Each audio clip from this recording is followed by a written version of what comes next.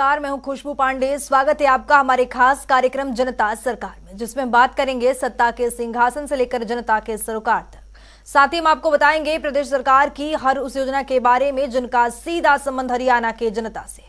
जो योजनाएं प्रदेश के विकास को नई गति प्रदान करेंगी और हरियाणा की जनता का चहुमुखी विकास भी करेंगी, ताकि प्रदेश की जनता तरक्की की राह पर आगे बढ़े और हरियाणा प्रदेश निरंतर उन्नति की नई ऊंचाइयों को छूता हुआ प्रगतिशील रहे। तो अगले 30 मिनट तक बने रहिए हमारे साथ और देखते रहिए जनता सरकार।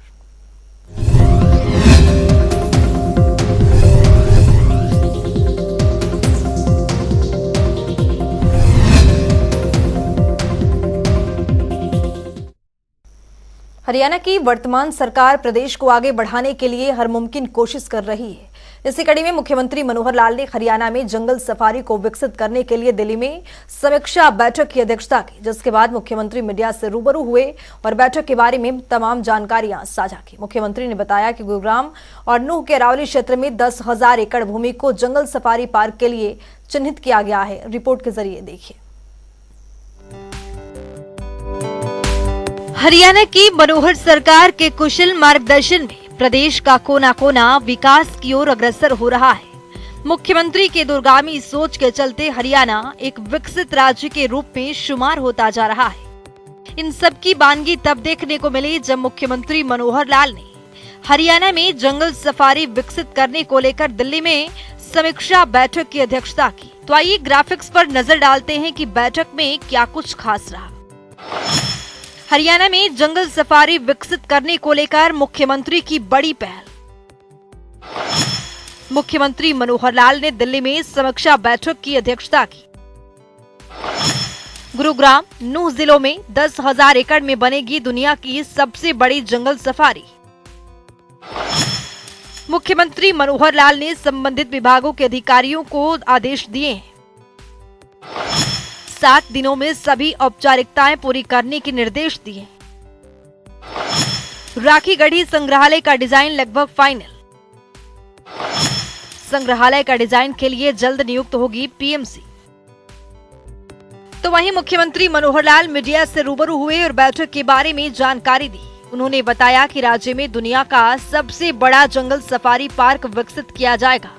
जंगल सफारी पार्क बनने के बाद एक ओर जहां अरावली पर्वत श्रृंखला को संरक्षित करने में मदद मिलेगी, तो वहीं दूसरी ओर गुरुग्राम के साथ साथ 9 क्षेत्रों में पर्यटन को भी बढ़ावा मिलेगा। इसके लिए संबंधित विभागों के अधिकारियों को 7 दिन के अंदर अंदर सभी औपचारिकताएं पूरी करने के निर्देश दिए गए हैं। मुख्यमंत्री मनोहर लाल ने बताया कि गुरुग्राम और नूह जिलों में अरावली क्षेत्र में 10,000 एकड़ भूमि को जंगल सफारी पार्क के लिए चिन्हित किया गया है और आज की बैठक में कई विषयों को लेकर विचार विमर्श किया गया है, जहां जंगल सफारी पार्क को 3 चरणों में विकसित किया जाएगा और पहले चरण को पूरा करने के लिए लगभग 2 साल का लक्ष्य निर्धारित किया गया है। तो आज कई चीजों को जो प्रोसेस में थी उसको थोड़ा गति देने के लिए आज हमने ये बैठक रखी थी। 10,000 एकड़ पर ये जो है सफारी के लिए जगह चिन्हित की गई है और उसमें कुछ फॉर्मेलिटीज है, खास करके कारपोरेशन गुरुग्राम, कारपोरेशन मानेसर और म्यूनिसिपैलिटी सोनभद्र, उनको कहा गया है 7 दिन के अंदर वो सारी फॉर्मेलिटीज पूरी करें। और आज उसका जो कंसल्टेंट्स जो हमने एंगेज किए हुए हैं उसमें से एक कंसल्टेंट ने अपनी सारी प्रेजेंटेशन भी दिखाई है कि किस प्रकार से क्या क्या वो डेवलप करेंगे, क्योंकि अभी पीएमसी हमको तय करना है। इसलिए 2 पीएमसी आए हुए, उसमें से एक हमने आज प्रेजेंटेशन देखी, एक और देखेंगे, फिर दोनों में से जो भी अच्छा लगेगा उसको फाइनल करेंगे। लेकिन जो बताया गया उस कंसल्टेंट ने बहुत अच्छा विस्तार से और बहुत अच्छी जो वर्ल्ड स्पीशीज जितनी भी जू की होती हैं वो सब उन्होंने बताया क्या क्या कैसे कैसे करेंगे। और जो इंडिजिनस हमारे जो अपने देश के भी इस प्रकार के जो जंगल में पाए जाने वाले जितनी भी स्पीशीज हैं जानवरों की, उनका भी अलग से सेपरेट उसमें रहेगा और ये एजुकेटिव भी होगा और ये एक प्रकार से मनोरंजन भी होगा।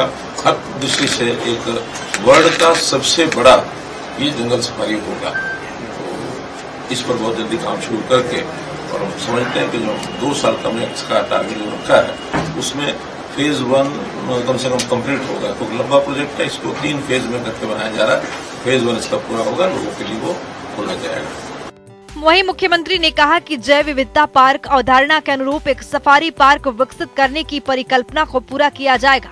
साथ ही अरावली सफारी पार्क परियोजना के विकास के लिए डिजाइन परामर्श सेवाएं प्रदान करने के लिए 2 चरण की निविदा प्रक्रिया अपनाई गई है। इस प्रक्रिया में ऐसी सुविधाओं के डिजाइन और संचालन में अंतर्राष्ट्रीय अनुभव वाली 2 कंपनियों को शॉर्टलिस्ट किया गया है।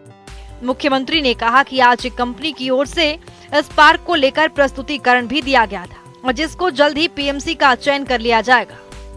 इसके साथ ही मुख्यमंत्री मनोहर लाल ने बताया कि इस जंगल सफारी में सभी प्रकार के जानवर और पक्षियों की प्रजातियां जंगल सफारी में लाने का प्रयास है। वन्य जीवों के स्वदेशी प्रजातियों के अलावा हमारे जलवायु में रहने वाले विदेशों से लाए जाने वाले जानवरों पर भी अध्ययन किया जा रहा है। उन्होंने कहा कि सुल्तानपुर झील की तरह माइग्रेटेड बर्ड के लिए झील की व्यवस्था हो, इस पर भी चर्चा की गई है। साथ ही मुख्यमंत्री ने बताया कि इस प्रकार के जंगल सफारी पार्क विलुप्त होती प्रजातियों को संरक्षित कर बचाने का भी केंद्र होते हैं। हमारा भी ये प्रयास है कि ऐसी प्रजातियों को सफारी पार्क में संरक्षित रखा जाए।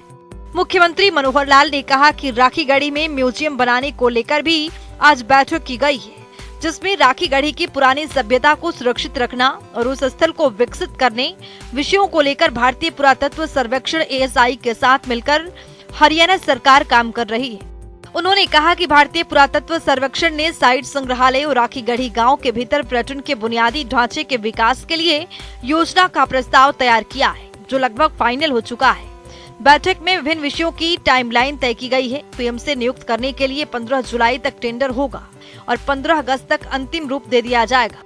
वहीं दिसंबर महीने तक संग्रहालय की शुरुआत हो सके, इसके लिए सभी संबंधित विभागों को तेज गति से कार्य करने के निर्देश दिए गए हैं। दूसरा एक विषय तय किया गया है, जो आज इसकी मीटिंग वो है राखीगढ़ी म्यूजियम। जैसा हमको पता है कि राखीगढ़ी एक ऐसा स्थान है जो हमारी पुरानी सभ्यता एक्सकेवेशन के माध्यम से जो हमको मिली है, उस स्थान को सुरक्षित रखना, उसको विकसित करना, लोगों के विजिटर्स के लिए उसको खोलना, ये काम भी ASI के साथ मिलकर के हरियाणा सरकार कर रही है। उसके सबसे पहले तो डिजाइन वगैरह उसका जो ASI ने बना के उसका और बनाया जाएगा। विजिटर्स के लिए कैसे और आकर्षक बनाया जाए, इस पर भी कुछ विचार हुआ है और उस पर भी टाइमलाइन हमने शुरू की है कि एक उस काम को करने के लिए पीएमसी नियुक्त जो करना है उसका टेंडर हो जाएगा। 15 जुलाई तक टेंडर होगा और 15 अगस्त तक हम उसको फाइनल कर लेंगे। मुख्यमंत्री ने जानकारी देते हुए बताया कि भौगोलिक दृष्टि से हरियाणा छोटा राज्य है, लेकिन यहाँ पुरातत्व से जुड़ी हुई चीजें सबसे ज्यादा पाई जाती है। सरस्वती काल की सभ्यता के अवशेष भी हरियाणा के कई स्थानों पर है। इन सबको भी संरक्षित और सुरक्षित रखने के लिए सरकार प्रयासरत है। इतना ही नहीं, मुख्यमंत्री ने आगे जानकारी देते हुए बताया कि हरियाणा में आज जनता महसूस करती है कि जिस तरह की शासन व्यवस्था अब उन्होंने देखी है, पहले कभी उन्होंने कल्पना भी नहीं की थी कि इस प्रकार की व्यवस्थाएं बनेंगी। आज हर वर्ग को महसूस होता है कि हमारी आवश्यकताओं की जानकारी होते हुए ही सरकार उनकी डिलीवरी उनके घर द्वार पर देती है। जनसंवाद कार्यक्रम के जरिए से लोग हमें बता रहे हैं कि वर्तमान राज्य सरकार पारदर्शी ढंग से बिना किसी भेदभाव के पात्र व्यक्तियों को उनके अधिकार दे रही है। पहले की सरकार नौकरियां बांटती थी, जबकि अब युवा अपनी योग्यता के आधार पर हमसे नौकरी लेकर जाते हैं। बैठक में विदेशी फर्म के कंसल्टेंट नीदरलैंड के एलेक्जेंडर काउराड बरोवार, गुंजालो फर्नांडिस होयो, सौरभ हैके ने अपनी प्रेजेंटेशन दी। साथ ही बैठक में पर्यावरण, वन एवं वन्य जीव विभाग के अतिरिक्त मुख्य सचिव विनीत गर्ग, भाषा एवं संस्कृति विभाग के महानिदेशक डॉक्टर अमित अग्रवाल सहित कई वरिष्ठ अधिकारी उपस्थित रहे। जनता टीवी के लिए दिल्ली से स्पर्श शर्मा की रिपोर्ट। मुख्यमंत्री मनोहर लाल ने नागरिकों की शिकायतों के समाधान के लिए सिम विंडो की शुरुआत की थी, जो आज प्रदेश के नागरिकों के लिए वरदान साबित हो रहा है। दरअसल सीएम विंडो पर सरकार की ओर से निर्धारित मात्रा से कम राशन जारी करने की एक शिकायत मिली थी, जिस पर मुख्यमंत्री ने संज्ञान लेते हुए सहायक खाद्य एवं पूर्ति अधिकारी सिरसा संदीप कुमार को जल्द प्रभाव से निलंबित कर दिया है। खास रिपोर्ट के जरिए देखिए।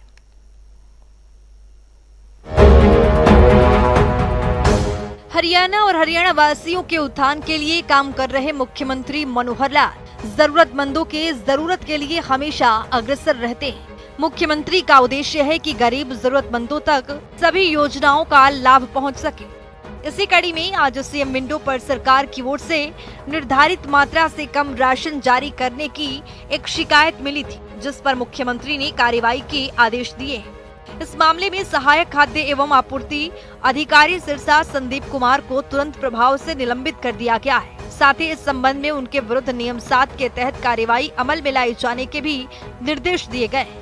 इसके अलावा मुख्यमंत्री ने ये भी निर्देश दिए हैं कि खाद्य नागरिक आपूर्ति एवं उपभोक्ता मामले विभाग के आयुक्त एवं सचिव इस मामले में की गई कार्रवाई रिपोर्ट 20 जुलाई 2023 तक भिजवाना सुनिश्चित करें। इस मामले के संबंध में 29 अप्रैल 2022 को शिकायत का जल्द निपटान करने के बारे में आदेश दिए गए थे। विभाग की ओर से मामले में जिला खाद्य एवं आपूर्ति अधिकारी सिरसा की अध्यक्षता में 1 जून 2022 को एक जांच कमेटी गठित की गई थी, जिसमें संदीप कुमार सहायक खाद्य एवं आपूर्ति अधिकारी सिरसा को केंद्र सिरसा, रानिया और एलनाबाद को रिपोर्ट तैयार करने में मदद के लिए नियुक्त किया गया था। जांच के दौरान 19 सितंबर 2022 को जिला खाद्य एवं पूर्ति अधिकारी सिरसा का हस्तांतरण हो गया था, जिसके बाद से संदीप कुमार की ओर से जांच टीम में सबसे वरिष्ठ अधिकारी होने के कारण रिपोर्ट सबमिट कराना था। तो वहीं भूपेश्वर दयाल ने बताया कि सहायक खाद्य एवं पूर्ति अधिकारी सिरसा को मामले में जानबूझकर देरी और कई समरण पत्र देने के बावजूद भी उनके द्वारा सरकारी कार्य में रुचि नहीं लेने पर संपूर्ण रूप से जिम्मेवार पाया गया है और उसके विरुद्ध सख्त से सख्त कार्रवाई करने का अनुरोध किया गया है। इस पर मुख्यमंत्री ने सख्त कार्रवाई करते हुए संदीप कुमार को निलंबित करने के आदेश दिए हैं। हरियाणा की वर्तमान सरकार प्रदेश हित में कई बड़े और कड़े फैसले लेते रहती है। यही कारण है कि आज हरियाणा हर क्षेत्र में प्रगति की ओर निरंतर बढ़ रहा है। मुख्यमंत्री मनोहर लाल अधिकारियों और कर्मचारियों की ओर से की गई लापरवाही को कभी अनदेखा नहीं करते। लापरवाही करने वाले कर्मचारियों पर सख्त कदम उठाते हुए कार्रवाई के आदेश देते हैं। ब्यूरो रिपोर्ट, जनता टीवी। तो चलिए अब खबरों में आगे बढ़ते हैं। फुटबॉल टीम ने एक और उपलब्धि अपने नाम की है। दरअसल उन्होंने सैफ चैंपियनशिप 2023 के फाइनल मुकाबले में कुवैत को हराकर जीत हासिल की है। इसी कड़ी में हरियाणा के मुख्यमंत्री मनोहर लाल ने ट्वीट कर भारतीय फुटबॉल टीम को बधाई दी है। तो चलिए देखते हैं कि मुख्यमंत्री ने अपने ट्वीट में क्या कुछ लिखा है। मुख्यमंत्री ने अपने ट्वीट में लिखा है, मेरा भारत महान, हर क्षेत्र में रच रहा नए कीर्तिमान। एक रोमांचक फाइनल मुकाबले में कुवैत को हराकर सैफ चैंपियनशिप 2023 जीतने पर भारतीय फुटबॉल टीम को अनंत बधाई। आप सभी ने असाधारण कौशल और दृढ़ संकल्प का प्रदर्शन कर देशवासियों को बेहद गौरवान्वित किया है। हरियाणा और प्रदेश, जिसकी गिनती देश के अग्रणी राज्यों में की जाती है, हरियाणा की छवि वर्तमान शासन में और भी ज्यादा मजबूत हुई है, क्योंकि यहाँ के नागरिक और व्यवस्था के बीच सुगमता के वो रास्ते गढ़े गए हैं, जहां से होकर नागरिकों की उन तमाम कल्याणकारी योजनाओं और सेवाओं का लाभ प्राप्त हो रहे हैं जिनके वो हकदार हैं। इसी कड़ी में मनोहर सरकार ने गरीब और जरूरतमंद विकास के लिए मुख्यमंत्री अंत्योदय परिवार उत्थान योजना की शुरुआत की है। इस योजना के लिए परिवारों के पहचान पत्र के जरिए लोगों को लाभ मिल रहा है और गरीब जरूरतमंदों को विकास के पथ पर आगे बढ़ाने के लिए उन्हें प्रोत्साहित किया जाता है। रिपोर्ट देखिए। हरियाणा के मुख्यमंत्री मनोहर लाल के कुशल नेतृत्व में हरियाणा प्रदेश विकास के पथ पर अग्रसर हो रहा है। मुख्यमंत्री का सोच है कि योजनाओं का लाभ प्रदेश के हर एक नागरिक तक पहुंचे। इसी कड़ी में हरियाणा के मुख्यमंत्री मनोहर लाल ने मुख्यमंत्री अंत्योदय परिवार उत्थान योजना की शुरुआत की। इस योजना के तहत कौशल विकास, स्वरोजगार और रोजगार सृजन की शुरुआत की ओर कदम बढ़ाया गया है, ताकि अंत्योदय परिवारों की न्यूनतम वार्षिक आय 1 लाख से 1,80,000 तक प्रति वर्ष बढ़ाई जा सके। मुख्यमंत्री के इस दूरगामी सोच से प्रदेश के लोगों का निरंतर विकास सुनिश्चित हुआ है। इस योजना का शुभारंभ मुख्यमंत्री मनोहर लाल ने साल 2022 में गुरु रविदास की 644वीं जयंती के अवसर पर किया था। मुख्यमंत्री अंत्योदय परिवार उत्थान योजना को हरियाणा के मुख्यमंत्री मनोहर लाल की ओर से राज्य के गरीब परिवारों की आय में वृद्धि करने के लिए शुरू किया गया है। ये एक ऐसी योजना है जिसके जरिए गरीब परिवारों के पहचान पत्र बनाए जाते हैं और गरीब जरूरतमंदों को विकास के पथ पर आगे बढ़ाने के लिए उन्हें प्रोत्साहित किया जाता है। यही नहीं, हरियाणा अंत्योदय परिवार उत्थान योजना के तहत कुछ परिवारों को चयन भी किया जाता है, जिनकी आय को बढ़ाने के लिए सरकार की ओर से हर संभव प्रयास करने की पूरी रूपरेखा भी तैयार की जाती है, जिसके तहत इन सभी परिवारों को विभागीय योजनाओं के बारे में जानकारी प्रदान की जाती है और इसमें आवेदन करवाने के लिए भी एक ऐप का शुभारंभ किया गया है। तो चलिए अब ग्राफिक्स के जरिए समझते हैं। हरियाणा सरकार परिवार स्तर पर आर्थिक सहायता के लिए तत्पर। 1 लाख सालाना से कम आय वाले परिवारों के बनते हैं परिवार पहचान पत्र। परिवारों को गरीबी रेखा से ऊपर उठाने का किया जा रहा है प्रयास। पहचान पत्र बन जाने से सरकार के पास होगी लाभार्थियों की सूची। सरकार की ओर से सूची के जरिए लाभार्थियों के उत्थान का प्रयास जारी। सरकार की ओर से बेरोजगार नागरिकों को कौशल विकास प्रशिक्षण किए जाते हैं प्रदान। राज्य के लगभग 1 लाख परिवारों को योजना का मिल रहा है लाभ। 8,000 से 9,000 प्रति माह की आय वाले परिवारों के लिए किए जाते हैं ज्यादा प्रयास। शिरोमणि गुरु रविदास जी के 644वीं जयंती के अवसर पर योजना की शुरुआत। सीएम मनोहर लाल ने वीसी के जरिए की हरियाणा अंत्योदय परिवार उत्थान योजना की घोषणा। हरियाणा के नागरिकों को आत्मनिर्भर और सशक्त बनाना है योजनाओं का उद्देश्य। हरियाणा में योजना के लागू होने के बाद से बेरोजगारी दरों में गिरावट आई। राज्य के गरीब नागरिकों को योजना के तहत मिल रहे हैं रोजगार के अवसर। योजना के जरिए राज्य के गरीब परिवारों को दिया जा रहा है ज्यादा धन कमाने का लाभ। अंत्योदय परिवार उत्थान योजना के जरिए गरीब भी हो सकते हैं विकसित। हरियाणा अंत्योदय परिवार उत्थान योजना के पोर्टल के बारे में दी जा रही जागरूकता। योजना के जरिए कम आय वाले परिवारों की वित्तीय सहायता होती है प्राथमिकता। सरकार की ओर से हरियाणा राज्य में पैदा होते हैं रोजगार के नए अवसर। वार्षिक आय 1 लाख से कम वाले परिवारों को मिलती है आय में वृद्धि के अवसर। सरकार की ओर से स्वरोजगार के लिए ब्याज मुक्त ऋण देने की व्यवस्था। वहीं मुख्यमंत्री अंत्योदय परिवार उत्थान योजना के तहत प्रदेश के 1 लाख से ज्यादा गरीब परिवारों की आय बढ़ाने का लक्ष्य निर्धारित किया गया है, जिसमें से पहले 2 चरणों में आयोजित अंत्योदय मेलों में लगभग 50,000 से ज्यादा परिवारों को बैंकों के माध्यम से ऋण उपलब्ध करवाया गया है। तो चलिए अब ग्राफिक्स के जरिए समझते हैं। आवेदक हरियाणा का स्थायी निवासी होना चाहिए। उम्मीदवार की वार्षिक आय 1 लाख से अधिक नहीं होनी चाहिए। आवेदक गरीबी रेखा से नीचे जीवन यापन कर रहे हो। तो चलिए ग्राफिक्स के जरिए समझते हैं कि आवेदक के लिए महत्वपूर्ण दस्तावेज क्या क्या हो सकता है। Aadhaar card, ration card, passport size photograph, स्थायी प्रमाण पत्र, मोबाइल नंबर, परिवार पहचान पत्र। वहीं इस योजना के तहत हरियाणा के सरकारी महकमों, बोर्ड निगमों और सरकारी संस्थाओं में फिर से अनुबंध आधार पर कर्मचारियों की भर्ती होगी। प्रदेश सरकार ने कच्चे कर्मचारियों की भर्ती पर पिछले साल 28 सितंबर से लगी रोक को हटा दिया है।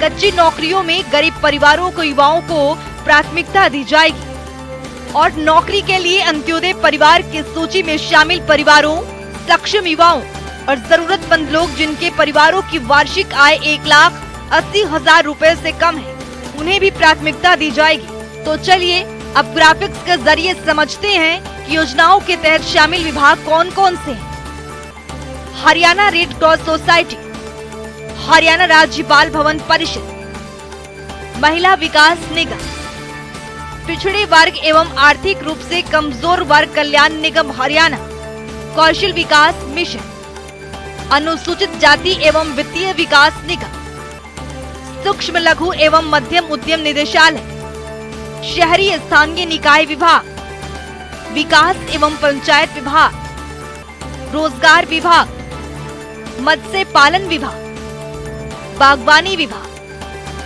पशुपालन और डेयरी विभाग, ग्रामीण विकास विभाग, सूचना प्रौद्योगिकी मंत्रालय।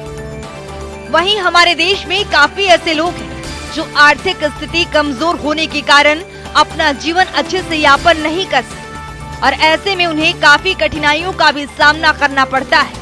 इसके चलते मुख्यमंत्री मनोहर लाल की ओर से हरियाणा अंत्योदय परिवार उत्थान योजना का आरंभ किया गया है। इस योजना के माध्यम से गरीब जरूरतमंदों की जीवन स्तर ऊपर उठाने में काफी हद तक राहत मिलेगी और उन्हें विभिन्न प्रकार के रोजगार के अवसर भी प्रदान होंगे। ब्यूरो रिपोर्ट, जनता टीवी। तो चलिए अब जान लेते हैं आज के सवाल का विजेता कौन है।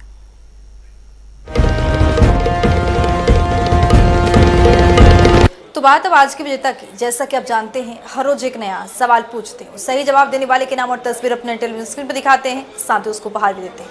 तो चलिए अब जान लेते हैं कल का हमारा सवाल क्या था और कौन है इसका विजेता। कल का हमारा सवाल था, हरियाणा में प्राण वायु देवता पेंशन योजना की शुरुआत कब की गई थी। इसका सही जवाब है ए, 5 मई 2021। चलो जवाब आए, लेकिन आज के हमारे विजेता हैं आशा सपरा सोनीपत से। आशा, आपको बहुत बहुत बधाई। तो फिर पूछेंगे आज का सवाल, देखते रहिए जनता टीवी।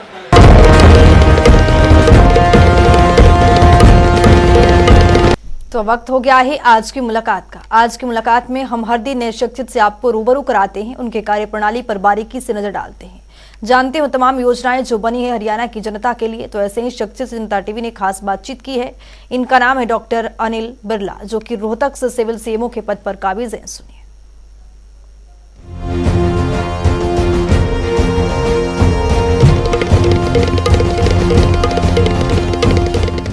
निरोगी हरियाणा जो है नवंबर के अंदर में माननीय राष्ट्रपति महोदय द्वारा इस स्कीम का लॉन्च किया गया था और इस स्कीम के अंदर जिनकी इनकम 1,80,000 से नीचे है, जो भी सदस्य अंत्योदय फैमिली से बिलोंग करता है, सभी का एक कम्प्रीहेंसिव हेल्थ एग्जामिनेशन किया जाना है। अगर हम रोहतक की बात करें, रोहतक के अंदर हमारे ऑन एन एवरेज 4,40,000 जो फैमिली मेंबर हैं जिनका हमने कम्प्रीहेंसिव हेल्थ एग्जामिनेशन करना है, वो हमारे को टारगेट है। क्योंकि जो भी अंत्योदय सदस्य हैं सभी का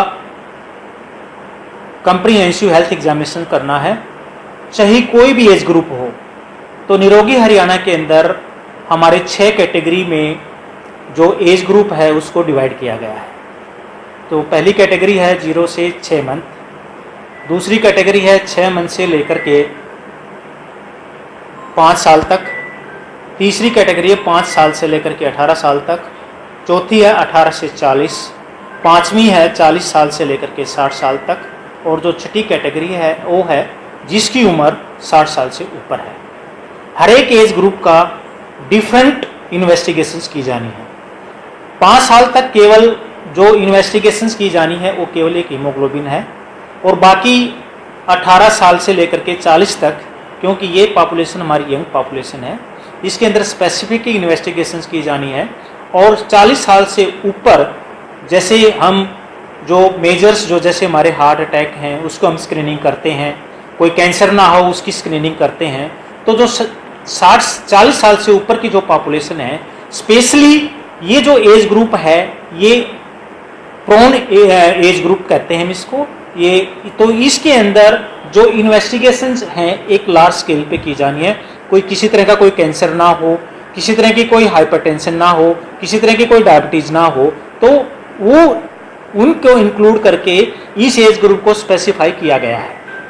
तो इस स्कीम का मेन जो उद्देश्य ये है कि भाई हम अगर किसी भी सदस्य का हम इनिशियल स्टेज पे एग्जामिनेशंस करके अगर कोई भी बीमारी है उसको हम इनिशियल स्टेज पे डिटेक्ट कर सकते हैं, और इनिशियल स्टेज पे डिटेक्ट करने के बाद उसका ट्रीटमेंट प्रॉपर वे से हो सके।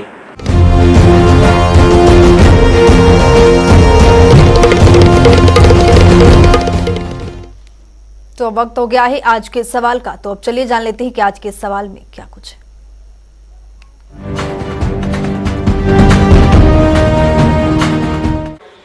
हर रोज की तरह हाजिर हूँ आज का सवाल लेकर। जैसा कि आप जानते हैं, हर रोज एक नया सवाल पूछते हैं, सही जवाब देने वाले के नाम और तस्वीर अपने टेलीविजन स्क्रीन पर दिखाते हैं, साथ ही उसको उपहार भी देते हैं। तो चलिए अब नजर डालते हैं आज के सवाल।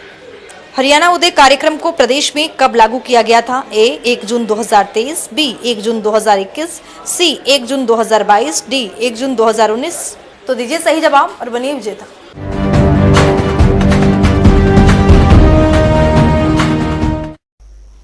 तो हमारे खास कार्यक्रम जनता सरकार में आज के लिए इतना ही। नमस्कार।